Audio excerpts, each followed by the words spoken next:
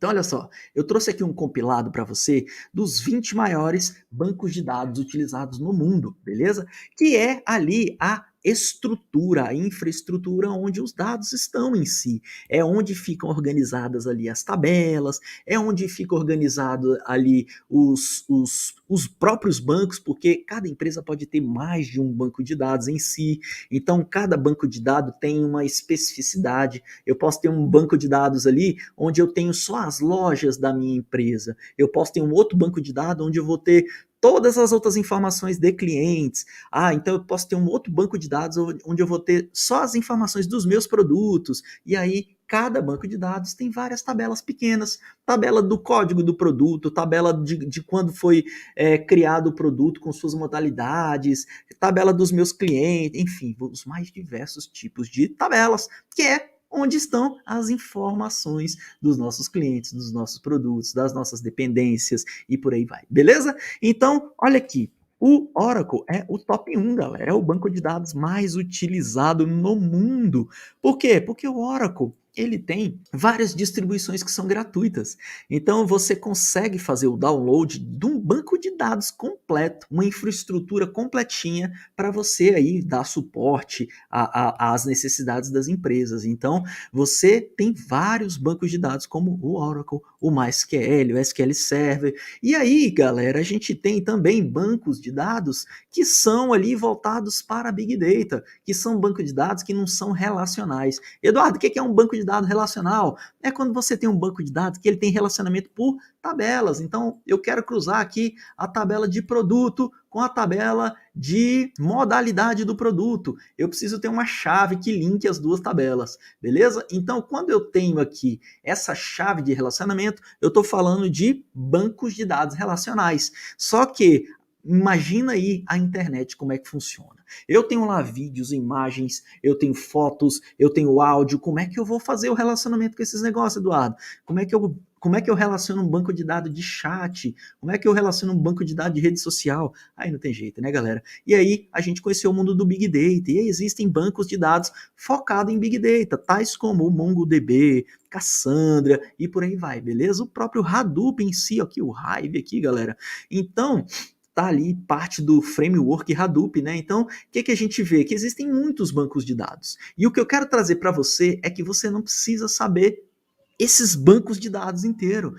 O que acontece é que, dependendo de onde você trabalhar, o que vai acontecer é o seguinte. Talvez eu já tenha até falado isso para você, mas a sacada que eu quero trazer é a sacada da conexão. Como assim, Eduardo? Você não vai precisar aprender todos esses bancos de dados.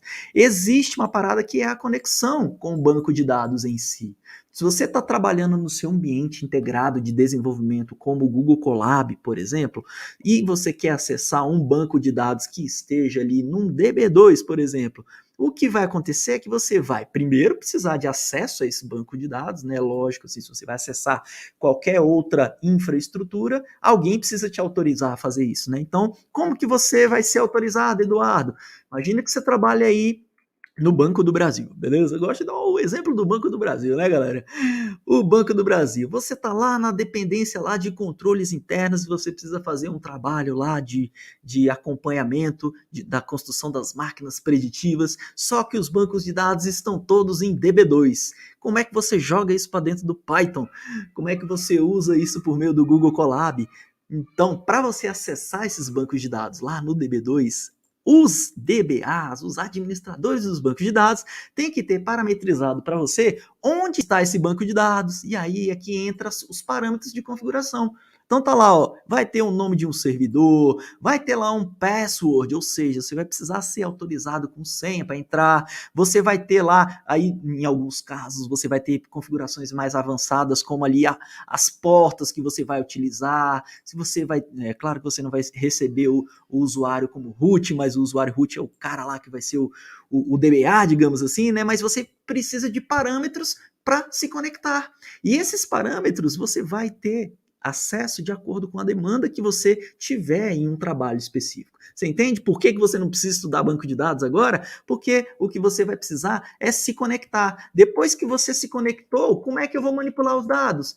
Cara, você vai manipular esses dados com o que você aprendeu no Python.